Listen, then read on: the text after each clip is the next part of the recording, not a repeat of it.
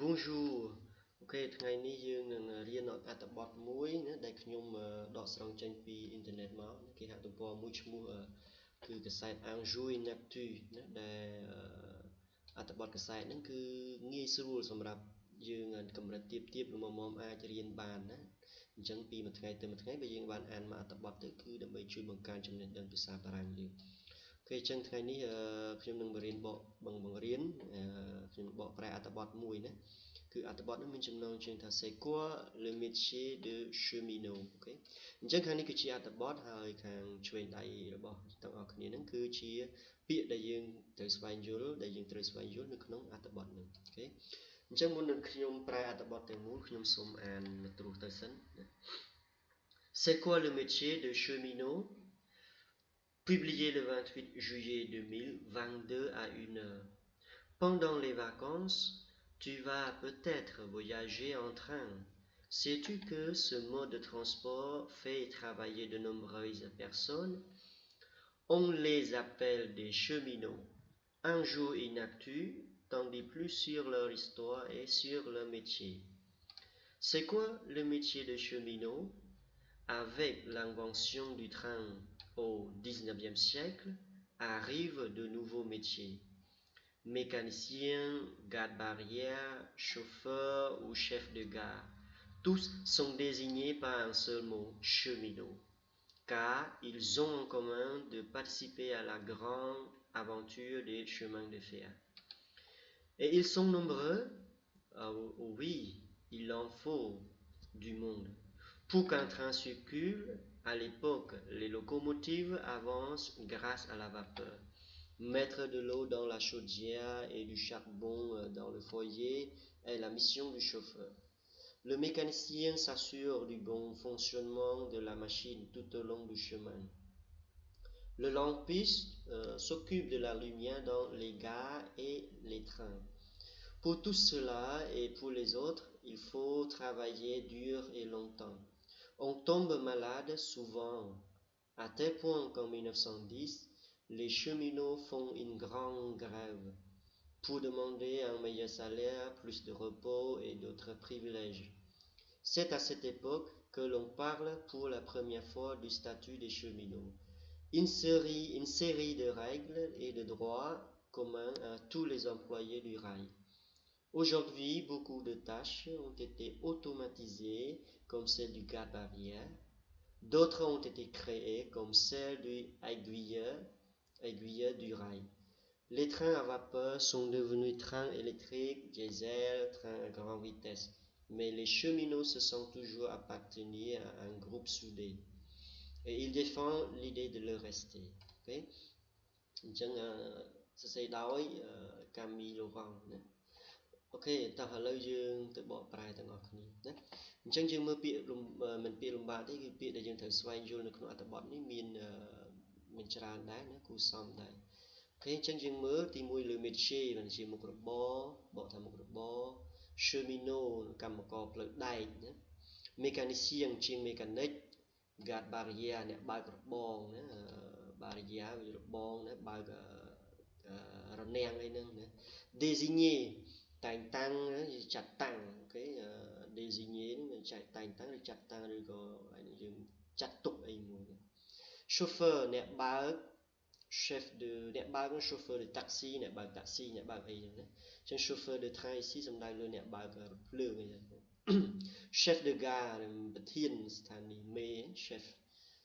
chemin de fer ផ្លូវដែក locomotive វាទូរថភ្លើងទូក្បាលរថភ្លើង la vapeur សំដៅទៅលើអ្វីដែលជាចំហាយអ្វីដែលដើរដោយចំហាយទឹកណា la machine à vapeur ម៉ាស៊ីនដែលដើរដោយចំហាយទឹក la chaudière ឡណាឡចំហាយទឹក le charbon ជង់ថ្មណាព្រោះជង់ថ្មវាសម្បូរកាបូនអញ្ចឹងគេយកជង់ថ្មមកដុតថ្ងៃសម័យនោះណា le foyer ឡសម្រាប់ដាក់អាឡៃឡគេដាក់ដុតជូងហ្នឹងណា le foyer le mécanicien ជាង mécanic le lampiste ជាងពូលភ្លើង une grande grève កោតកម្មណា grande ធំមួយ l'aiguilleur អ្នកបដូរផ្លូវរថភ្លើងព្រោះផ្លូវរថភ្លើងយើងវារ៉ៃហ្នឹងវាមានច្រើនទិសអញ្ចឹងគេត្រូវដូរទិសរត់លើរ៉ៃណាមួយអញ្ចឹងគេត្រូវដូរទិសអាហ្នឹង aiguilleur ណាបដូរផ្លូវលើ train à vapeur មករថភ្លើងដើរដោយចំហាយទឹក diesel មកស៊ូត un groupe soudé ចឹងមិនក្រុមដែលស្អិតរមួតក្រុមដែលធ្វើការរួមគ្នាអូខេតើឥឡូវយើងមើលអត្ថបទ C'est quoi le métier de cheminot អញ្ចឹងគេចង់យល់ថាពាក្យមុខរបរ cheminot ជាស្អីអញ្ចឹងនេះចេញផ្សាយថ្ងៃទី28កក្កដា2022ណាថ្មីដែរ Pendant les vacances កំឡុងពេលវិស្សមកាល tu vas peut-être voyager en train ណាឯងប្រហែលជាធ្វើដំណើរដោយរថភ្លើងហើយណា Sais-tu que ce mode de transport fait travailler de nombreuses personnes គេសួរដឹងអត់ទេណាឯងដឹងអត់ថាធ្វើឲ្យមួយប្រភេទនៃការដឹកជញ្ជូនបែបហ្នឹងមានដើរន័យថាមនុស្សនឹងធ្វើការច្រើនណាស់សម្រាប់មធ្យោបាយដឹកជញ្ជូនប្រភេទហ្នឹងណាបើន័យថាមធ្យោបាយហ្នឹងគឺត្រូវការមនុស្សច្រើនណាស់ធ្វើការ On les appelle des cheminots អញ្ចឹងយើងហៅពួកមនុស្សទាំងអស់ហ្នឹងថាជា cheminot អញ្ចឹង Anjou Inaptui នេះឈ្មោះរបស់គេមកយើងនឹងប្រាប់លម្អិតបន្ថែមពីសាវតាឬក៏ប្រវត្តិនៃ cheminot ហ្នឹងហើយពីមុខរបរពួកគេហ្នឹង C'est quoi le métier de cheminot អីគេអាហ្នឹងមុខរបរ cheminot ហ្នឹង Avec l'invention du train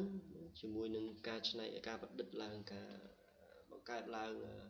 នៃរថភ្លើងហ្នឹងនៅសតវត្សទី19 19e siècle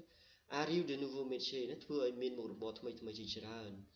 ដូចជា mécanicien ណាជាង mécanic garde barrière អ្នកបើករបងផ្លូវហ្នឹង chauffeur ណា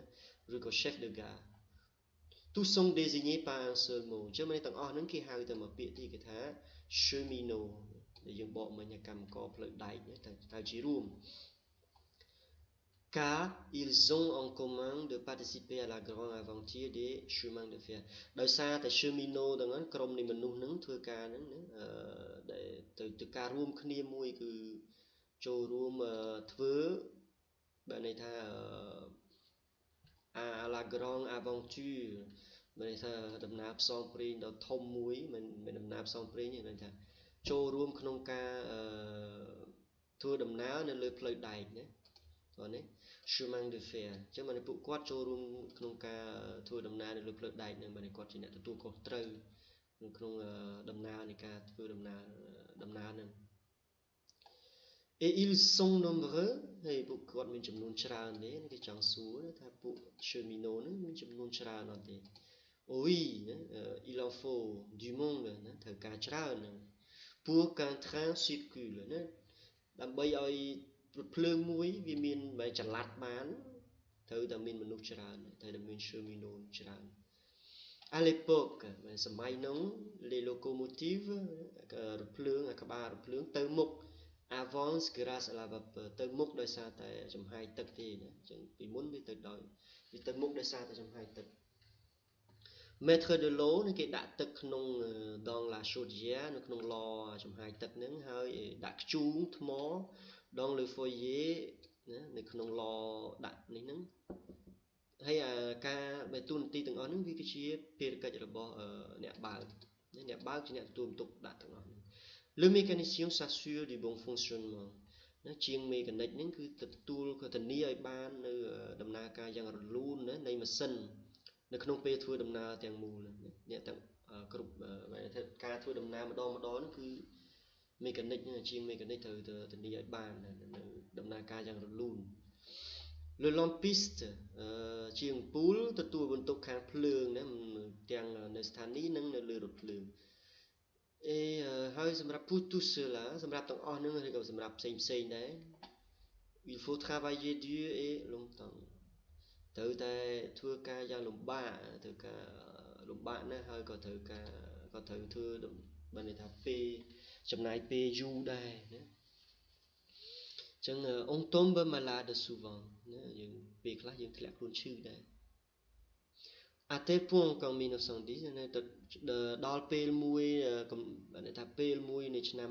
2000ឆ្នាំ1910ហ្នឹង les cheminots font une grande grève ពួកគាត់ទាំងអស់ហ្នឹងគឺធ្វើកោតកម្មធំមួយ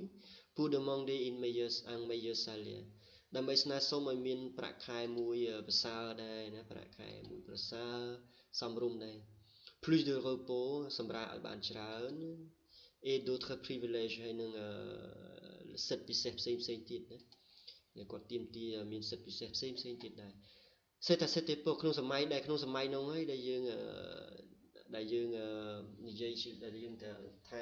និយាយជាលើកដំបូងថា statut des cheminots ស្ថានភាពរបស់អ្នកធ្វើកម្មករផ្លូវដែកហើយក៏មានសិទ្ធិឬក៏មានច្បាប់នានាណាសិទ្ធិនានាសម្រាប់និយោជិកនៃផ្លូវដែកសម្រាប់កម្មករនៃផ្លូវដែកតាំងពីពេលនោះមកណា មកដល់សប្តាហ៍ថ្ងៃនេះ beaucoup de tâches aujourd'hui ដល់សប្តាហ៍ថ្ងៃនេះ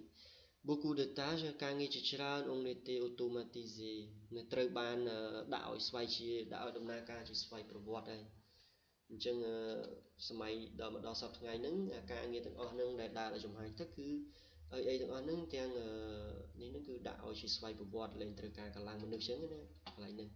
comme celle du garde barrière ឧទាហរណ៍ដូចជាគេអ្នកបើករនាំងអញ្ចឹងបើករនាំងបើកអីគេលែងត្រូវការមនុស្សហើយគេប្រើអូតូម៉ាទិកឯណាស្វ័យប្រវត្តិ d'autres ont été créés ផ្សេងទៀតដូចជាអី aiguilleurs du rail អាដូរទិសហ្នឹងដូរទិសផ្លូវរថភ្លើងកាលពីមុនគេត្រូវការមនុស្សទេទៅដូរទិសដូរអីតែឥឡូវអត់ទេគឺស្វ័យប្រវត្តិ les trains à vapeur sont devenus trains électriques មានន័យថារថភ្លើងដែលដោយចំហាយទឹកនេះឥឡូវคล้ายទៅជារថភ្លើងអគ្គិសនីហើយដើរដោយភ្លើងអគ្គិសនីដើរដោយម៉ាស៊ូតឬក៏ train à grande vitesse រថភ្លើងដែលមានល្បឿនលឿនណាប៉ុន្តែ les cheminots ប៉ុន្តែកម្មករផ្លូវដែកទាំងអស់ហ្នឹងនៅតែមានអារម្មណ៍ថាខ្លួនឯងហ្នឹងគឺត្រូវgroup soudé បានន័យថាអត់អាចផ្ដាច់ចេញពីគ្នាបានទេត្បិតតែវាជឿនលឿនប៉ុណ្ណាក៏ដោយត្រូវតែកម្លាំងតែមួយរួមគ្នាណាទាំង guard barrier ទាំងអីទាំងអស់ហ្នឹងដែលមិនអាចផ្ដាច់ចេញពីគ្នាបានណា défend l'idée de rester អូខេវិញអញ្ចឹងនេះខ្ញុំមានអត្ថបទតែមួយហ្នឹងហើយអត្ថបទនេះយើងអាចណាកម្រិត A2 B1 អី A2 A2 plus អាចស្វែងយល់ពីវាបានណាអូខេអញ្ចឹងជួបគ្នានៅអត្ថបទក្រោយទៀតណាបើមានចម្ងល់អីអាចសួរនៅក្នុង comment បានណាអូខេ merci au revoir à bientôt